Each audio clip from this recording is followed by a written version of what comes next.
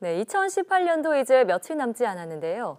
올해도 각종 사회 현상을 반영한 신조어와 유행어들이 참 많았죠. 네, 올해 마지막 생각연구소에서는 2018년 신조어, 유행어를 통해 올해 사회 심리에 대해 되짚어 보도록 하겠습니다.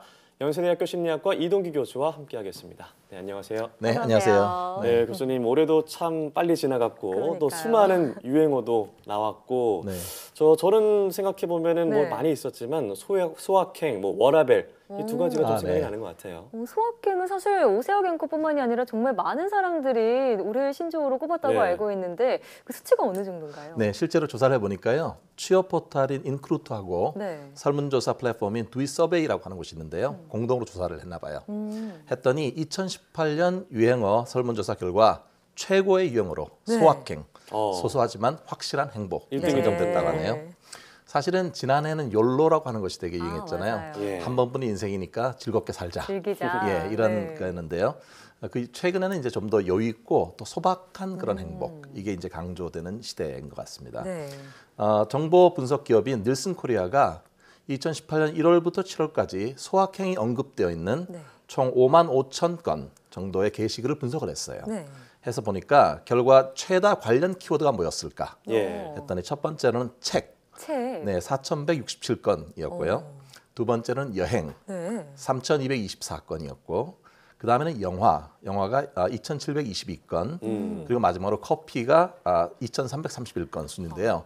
결국 그 얘기를 보면은 여행 가서 책을 보고, 네, 커피 영화를 마시고. 보고 커피를 마시고 진짜 이런 것이 소소해요. 그렇죠. 네. 네, 그리고 제가 또 두 번째 얘기한 워라벨, 워크 앤 라이프 밸런스라고 하잖아요. 이게 2018년 신조어가 된 이유가 또 뭐가 있을까요? 이게 이제 현실을 반영한 거라고 생각이 드는데요. 네. 사실 연봉이 높고 낮고 상관없이 정말 열심히 일을 하잖아요, 사람들이. 네. 그러니까 거의 뭐 늦게까지 일을 할 경우가 많고 업무 강도가 상당히 세죠.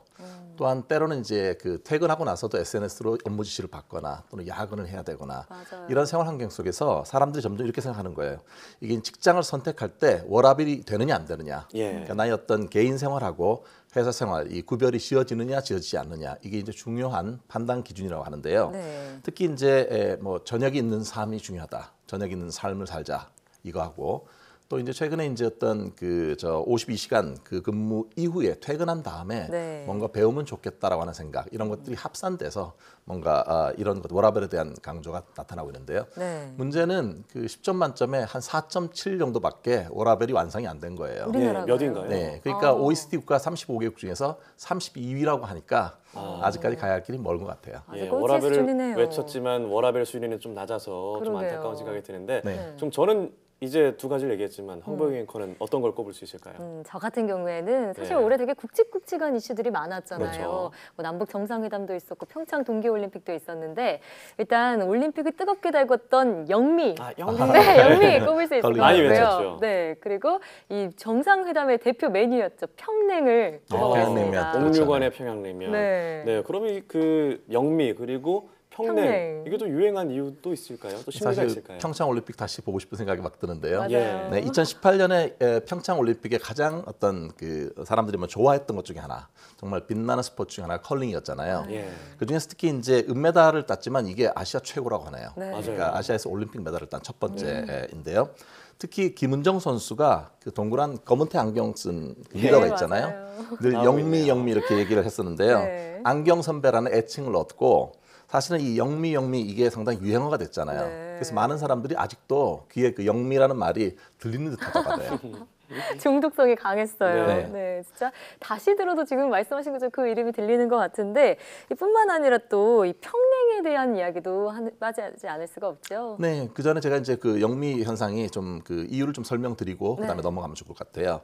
그 영미라는 이름 자체가 생각해 보면 상당히 듣기 쉽잖아요. 이게 쉽고 기억하기 쉬운 그런 네. 이름이고요. 또한 목소리가 되게 까랑까랑한 것 같아요. 근데 이게 경기에서 상당히 긴장감 있는 순간에 나오잖아요. 그렇죠. 그러니까 그 어떤 사람들에게 주의 집중을 시키는 그런 효과가 있고요. 그 목소리 자체를 보면서 사람들이 긴장하고 있다가 그 목소리를 들으면 이 두 개가 같이 연합되는 그런 효과가 있는 것 같아요. 네. 게다가 이제 김은정 선수하고 되게 오랜 단짝 친구였잖아요. 김영미 선수하고 두 사람 간에 친숙하게 부르는 거 어떤 그 뭐라 그럴까 애정이 담겨 있는 호칭 그런 네. 것들이 귀에 쏙쏙 들어왔던 것 같고요. 무엇보다 상당히 컬링 그동안은 비인기 종목이었잖아요. 네. 하지만 이 영미 이런 현상을 통해 가지고 완전 인기 종목으로 거듭났다는데 큰 의미가 있는 것 같습니다. 네, 영미 두 글자만 들어도 이제 음성이 된다 그러잖아요. 음성 인식이 된다고 네. 네, 귀에 들리는 느낌이 드는데 참 최근에 남북 교류를 통해서 또 평양냉면 네, 저도 평냉이라고 하죠. 굉장히 줄여서. 먹고 싶긴 한데 네. 어떤 맛일지 궁금하기도 하고요. 네. 네, 네, 그게 이제 평냉에는 옥류관 어떨까요? 냉면을 네. 얘기하는 거잖아요. 네. 그 2018년 4월 27일 날 남북 정상회담 당시에 이게 씬스틸러 많은 사람들이 집중했던 것 중에 하나인데요. 맞아요. 뭐냐면 군사 분계선을 넘어서 배달된 냉면이잖아요. 배달냉면이었죠. 그렇죠. 이거를 이제 서로 간에 입맛으로 서로 통했다 이렇게 얘기를 하는 어. 사람도 있는데요. 남북 그 정상이 평냉 그 먹방을 보여줬어요. 그러니까 그걸 보면 사람들이 나도 냉면집 가갖고 먹겠다 이런 사람들이 많았잖아요. 예. 근데 일종의 거기에는 우리의 평화에 대한 염원 같은 것이 담겨 있는 것 같아요. 영국의 한 그 잡지인 모노클이라는 데서 한 얘기인데요.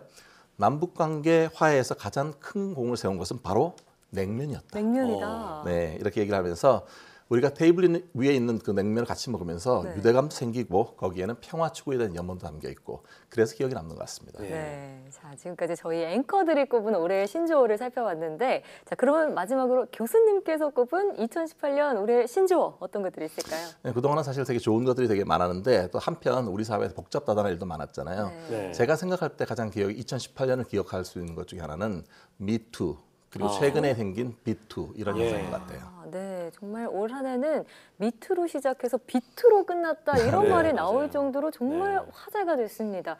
훈훈한 소식만 들려오면 정말 좋았을 텐데 아쉽기도 하고요. 네, 언제나 복잡다단한 게 우리 사회니까요.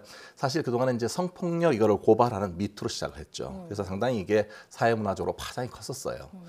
그동안에 그 유튜버 양예원 씨 같은 경우에 강압적인 출사 네. 이걸 한 다음에 이 사진이 유출돼서 문제가 됐었고요. 또 홍대의 그 남성 모델의 나체 사진 이런 것도 유출돼서 또 문제가 많았잖아요. 네. 이런 걸 계기로 대학에서는 페미니즘 같은 것들에 관련된 네. 시위가 되게 많이 일어났었고요. 네. 최근에는 여러 가지 뭐 혐오 현상이라든지 복잡다단하게 전개되고 있는 것 같습니다. 게다가 그 도시오브라는 프로그램에서 되게 승승장구하던 마이크로닷이라는 래퍼가 있었잖아요. 예. 근데 이제 뭐 그 부모님들의 어떤 그런 여러 가지 사기와 관련된 문제 이런 걸 통해서 비투의 대상이 됐고요. 그 이후에 다른 래퍼인 도끼라든지 또 다른 연예인들로 이어지면서 올해 말에 상당히 복잡하게 얘기가 네. 되고 있습니다. 아직도 네. 진행 중이죠. 참 그렇습니다. 여러 진실 공방을 통해서 여러 사람들이 좀 피해를 입었던 것 같은데 네. 이런 미투와 비투가 논란이 된 이유가 뭐 어떤 데 있을까요? 제 생각에는 논란이기도 하지만 어쩌면 필요한 성장통이라고 생각을 해요. 네. 그러니까 우리 사회에서 공정성이라든지 그동안에 어떤 부조리라든지 차별이라든지 이런 것들을 딛고 한 사람의 인권이 대단히 중요하게 우뚝 선 그런 그 일이라고 생각이 되거든요. 그래서 그동안에 이제 관습적으로 용인되었던 것들도 이제 이런 걸 바로 잡아야 된다는 그런 생각들이 많은 것 같아요. 네. 그래서 개인이 어떤 목소리를 내서 그것이 사회를 바꿀 수 있다는 하나의 자신감의 표현이기도 하고요. 동시에 이제 이게 SNS를 통해서 확산이 되잖아요. 맞습니다. 그러니까 집단적으로 뭔가 의식을 표현할 수 있다라고 하는 그런 의사가 되겠습니다. 네, 오히려 하나의 성장통이다라고 말씀해 주신 부분이 좀 인상 깊은데요.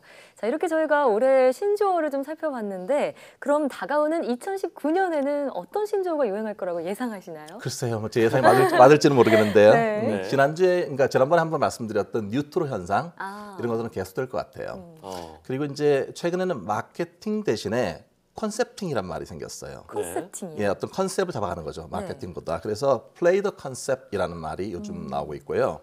관련해서 자신의 직관적인 선택을 강조하는 일종의 그런 사람들을 가르쳐서 컨셉트에다가 LER을 붙여서 컨셉러라는 말이 있고요. 그다음에 이제 그동안은 친환경적인 소비가 좋다라고 하는 건 알고 있었지만 네. 이런 친환경적인 소비가 반드시 필요하다라는 의미에서 필환경이라는 필환경. 네, 이게 반드시 필요한 환경이라는 거죠. 필환경이라는 단어가 요즘 뜨고 있고요. 네. 또 SNS를 매개로 한 개인 간의 활발한 전자상거래를 의미하는 세포시장 또는 세포마켓 이런 말도 유행하고 있습니다. 그렇군요. 네, 지금 말씀하신 것들이 정말 그럴듯하다는 생각이 드는데 네. 어떤 사회 현상, 심리와 좀 연결이 될까요? 세상에 이게 이제 그동안 이제 원래 중요했던 것 중에 하나는 개인의 자기 주도적인 선택. 그것이 세상을 바꿀 수 있다. 이것이 네. 중요한 거였잖아요. 네. 제 생각에는 이런 것들이 앞으로도 계속될 가능성이 있다고 생각하고 동시에 이제 합리적인 소비라든지 이런 생각이나 이런 것들도 중요하게 생각하는 것 같아요. 네. 그래서 일부 트렌드 조사를 보니까 합리적인 소비를 강조하는 패턴이 나타나고 있고요. 앞으로 볼 때는 반려동물뿐만 아니라 반려식물이라든지 네. 또 어떻게 보면은 좀 더 옛날의 아날로그 같은 거에 대한 새로운 해석이라든지 일종의 뉴트로 같은 현상이 계속될 거라고 봅니다. 네. 이게 보면은 앞으로 세대 간의 어떤 갈등 같은 걸 좀 좁히는 방향으로 진행되지 않을까 싶어요. 네. 그건 합리적이고 세대 간의 갈등을 조정하고 이런 네. 쪽으로 진행됐으면 좋겠고 2019년에는 모두가 희망적인 일만 가득했으면 네. 좋겠습니다. 네, 정말 그렇습니다. 꼭 그랬으면 좋겠습니다. 자, 그리고 마지막으로 새해 복 많이 받으시고 네, 교수님. 잘 받으십시오. 네.